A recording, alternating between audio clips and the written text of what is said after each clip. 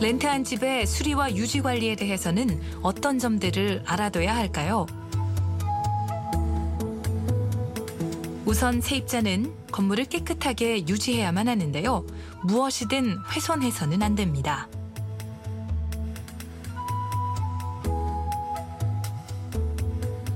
세입자에게는 기본적인 건물 유지에 대한 책임이 있는데요.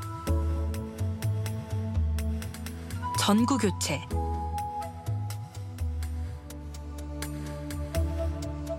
화재 경보기 배터리 교체, 그리고 잔디 깎기 등이 있습니다.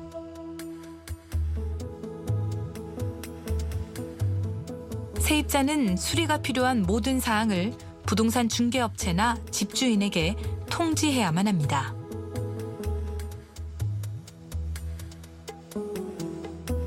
집주인은 얼마나 오래된 건물인지 또는 렌트비가 얼마인지 등과 같은 기준에 부합하도록 건물을 적절한 상태로 수리하고 유지해 와야 합니다. 수리에는 긴급한 경우와 그렇지 않은 경우 두 가지 유형이 있습니다.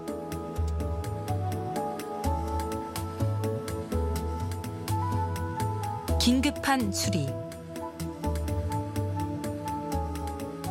긴급한 수리는 신속히 이루어져야 하는 수리인데요. 고장난 스토브나 오븐, 고장난 온수 시스템, 수도 파이프 파열,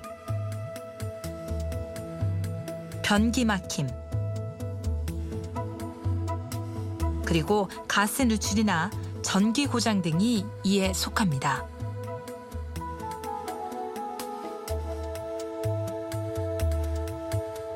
긴급한 보수 문제는 이를 해결할 책임을 지닌 부동산 중개업체나 집주인에게 즉시 알려야만 합니다.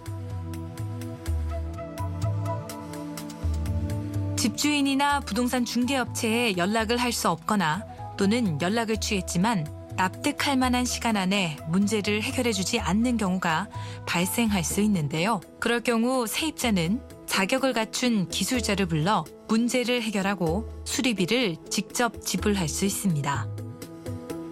세입자는 14일 이내에 집주인으로부터 수리비로 지불한 돈을 돌려받을 수 있는데요. 이 경우 수리비는 $1,000 미만이고 세입자가 파손한 것이 아니어야 하며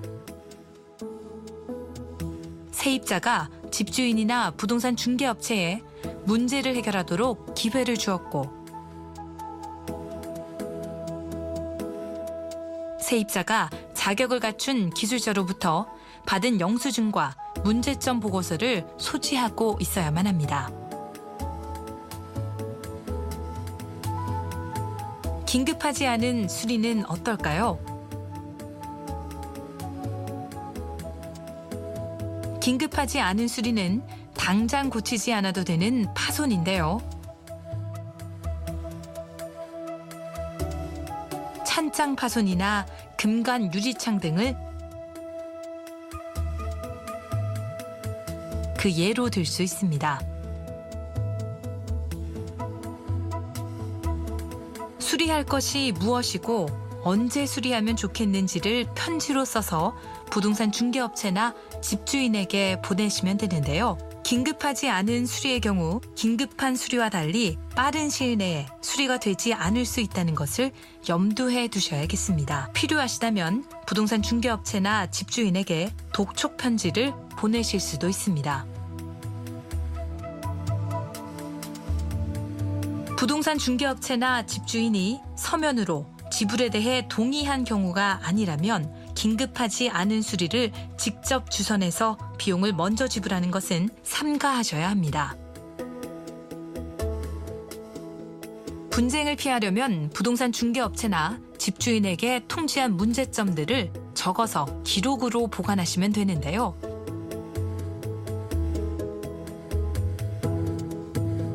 부동산 중개업체나 집주인이 수리를 해주지 않는다 하더라도 렌트비는 반드시 지불해야만 합니다. 만약 렌트비 지불을 중단한다면 이는 렌트 계약 위반이 되고 이럴 경우 집주인은 집을 비워달라고 요구할 수도 있기 때문입니다. 집주인이 수리를 안 해주는 경우에는 컨슈머, 트레이더 앤 테넌시 트라이브널 CTT에 문제를 접수하실 수 있습니다.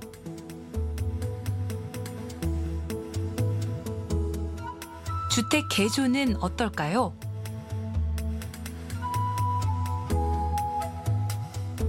주택을 개조할 때는 어떠한 변화가 만들어지기 전에 항상 집주인으로부터 서면으로 된 사전 승인을 받으셔야 합니다. 집주인은 타당한 반대 사유가 없으면 사소한 개조에 동의해야 하는데요. 여기에는 벽에 그림 거는 고리를 달거나 창에 어린이 안전 잠금 장치를 설치하는 것 또는 화장실에 손잡이를 설치하는 것 등이 해당됩니다. 세입자가 건물의 대규모 개조를 요구하는 경우에는 집주인이 동의할 의무가 없겠는데요. 예를 들면 건물의 내부나 외부에 페인트 칠을 하겠다는 경우가 이에 해당합니다.